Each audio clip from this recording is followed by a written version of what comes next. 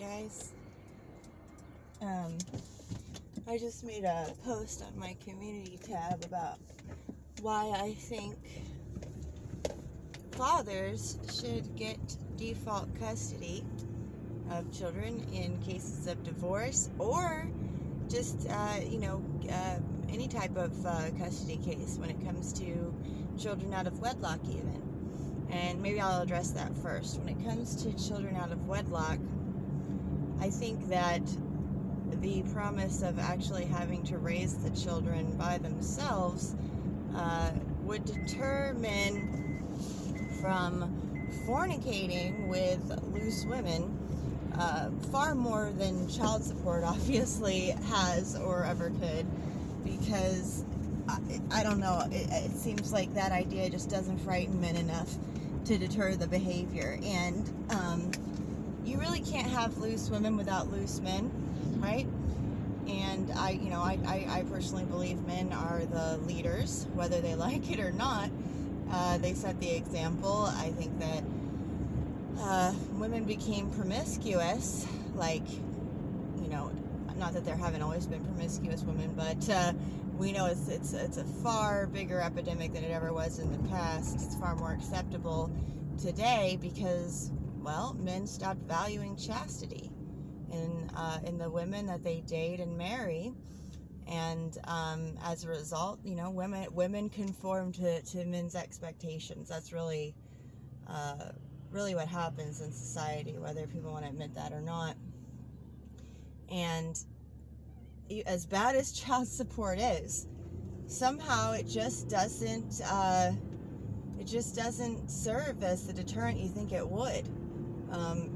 Because I guess a lot of times men kind of get out of paying it, or they can go a while without paying it. They can kind of, in their minds, it's not the life changer that actually having to raise a child by themselves would be.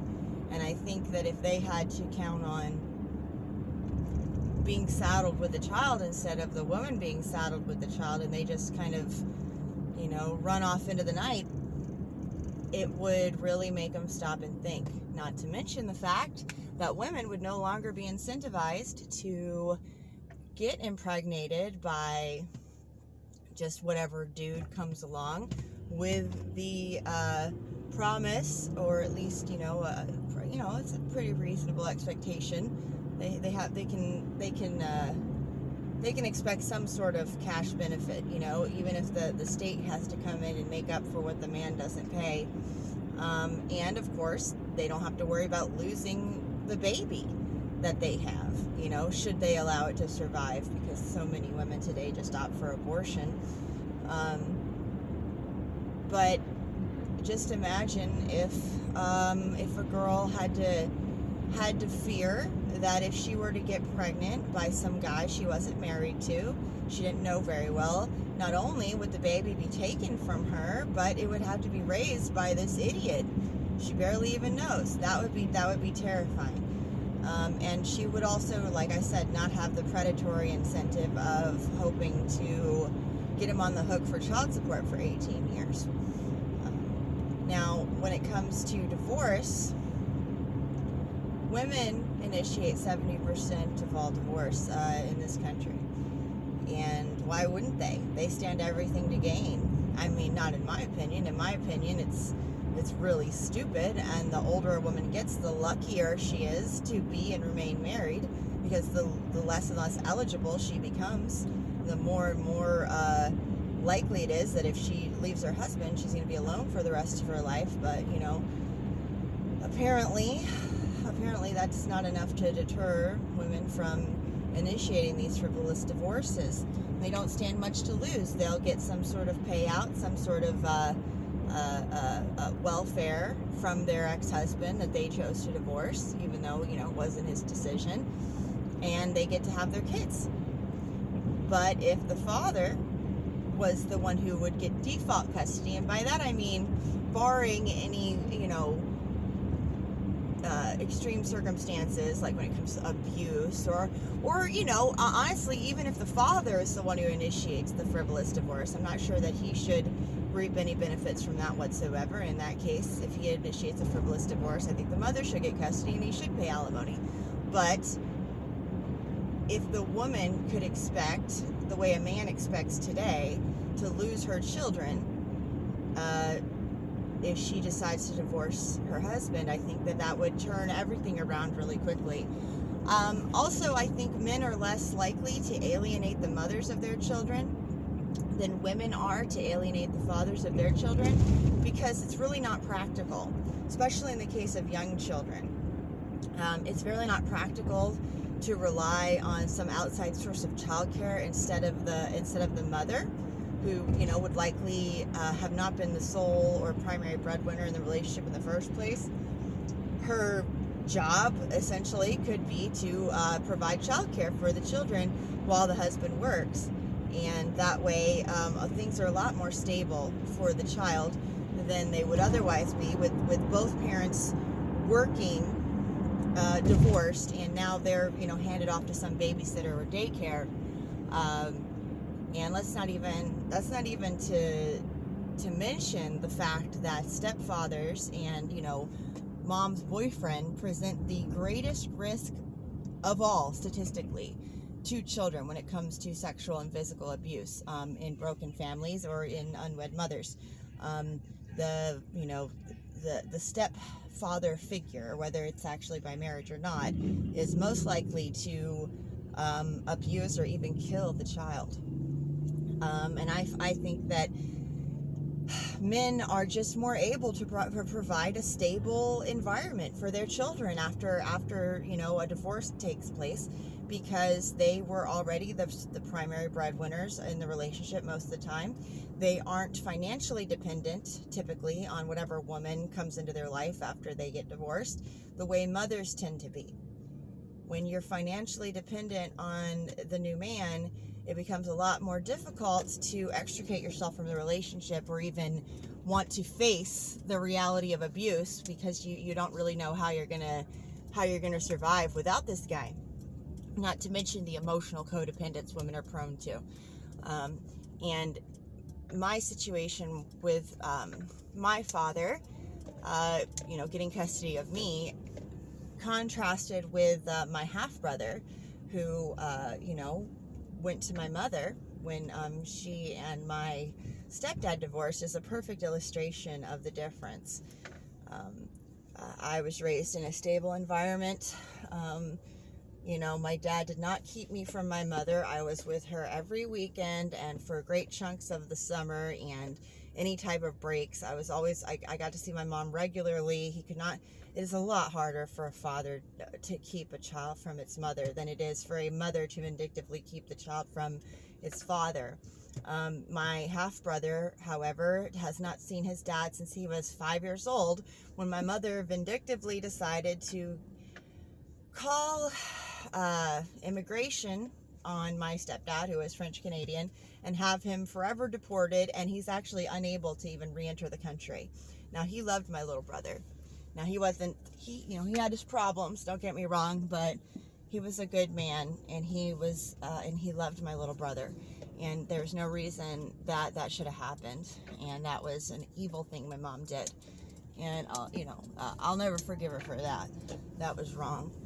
And that's the kind of thing women do, though. That's the vindictive, impulsive type of decisions women make, and this is why women alienate children from their fathers after divorce. And like I said, my father never did that to my mom, nor did he smear my mom or try to make me hate my mom. He loved my mom to the day she died, and would have happily taken her back at any moment. And he's the reason why I did not become an evil, predatory woman who hates men and abuses men, because my dad was the good guy in my mind. And really, that makes all the difference in how a woman turns out. That's why, guys, you should look for a daddy's girl. If you're trying to escape the clutches of these Jezebel type women running around today, look for a woman who loved her father. Even the friends I've had that were, honestly liberal leaning, the few female friends I've had, they did not abuse men or hate men. I noticed that now. I noticed that it almost seems like I couldn't be friends with girls like that.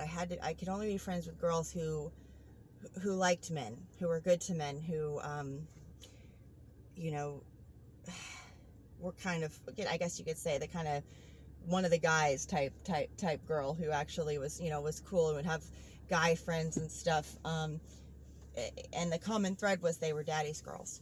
That's what they had in common. And I just realized that recently. And even though they were kind of liberal leaning, they were never abusive or toxic to their boyfriends. At least not in a one-sided way, like I've seen so often in so many other relationships I've observed. They might have been toxic to each other, but it was not the kind of, they weren't these predatory, superficial women, despite being very beautiful. In fact, they tended to go for guys that I considered, not necessarily good enough for them based on personality and stuff like that.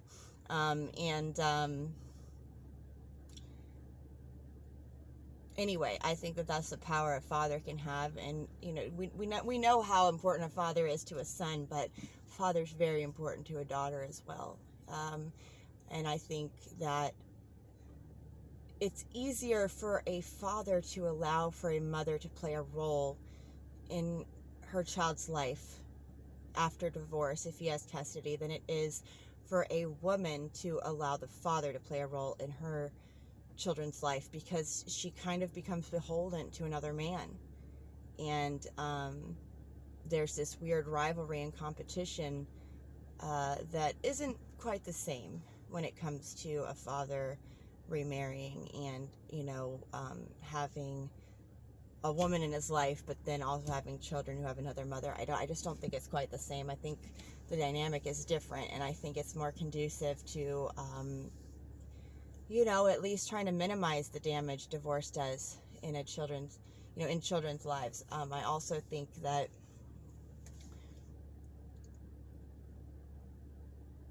women have been unnaturally and artificially empowered by the family court system to destroy men. And it's a power and a responsibility that they're not designed to wield responsibly. And society's upside down as a result, and I think this was done intentionally. But I'm pretty sure back in the olden days, as it were, I think that fathers did routinely retain custody of their children. And I think that, I'm not sure if somebody can actually look that up for me, but I'm pretty sure that was a pretty standard practice. And I bet women were a lot less eager to pull the plug on their marriages as a result. Now, don't get me wrong, I don't think that, women should become like serfs or whatever, just, like the man can do whatever he wants and just divorce whenever he wants. Like I said, I think whoever initiates the frivolous divorce should suffer all the penalty, regardless. But because I think that, like I said, all the reasons I've listed where I think fathers are more capable of providing a stable family life for their children after divorce, I still think fathers should, get custody the majority of the time. And I'm interested to hear what people have to say about this. I do know that there are some cases where it seems like the only dads who get custody of their kids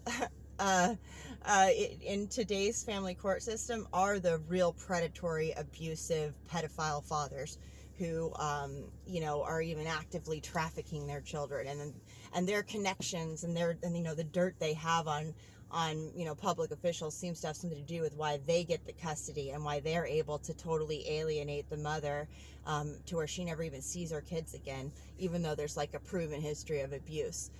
My dad had to bribe the judge 40 grand to get me, even though my mom was a complete wreck. She was on drugs. She was living with a violent felon at the time. She brought weapons into the courtroom. She had kidnapped me as an infant, taking me across multiple state lines from Florida to Texas. Everything was stacked against her. He still had to bribe the judge in order to get me. And it was a monumental case in Key West at the time, because I think it was maybe one of the only cases where the father had ever gotten custody. So it's absolutely ridiculous. But I just want anyone out there listening to know that I do know of these cases where the father has no business getting custody, and it seems like that in those cases, that's the only time the dads can rely or count on actually getting custody because of their filthy connections. These are exceptions to the rule. For every one case of that happening, I'm sure we can cite thousands of cases where a mother who had no business getting her children away from their father, who initiated a frivolous divorce, got custody, and then totally alienates the father and bleeds him dry financially. So those cases still don't make up for, the typical scenario that we see happening over and over and over again. I'm not sure if tonight we're doing Late Night with Lisa and Friends. I can't remember what we said last week, if we were taking this week off or if it was going to be next week.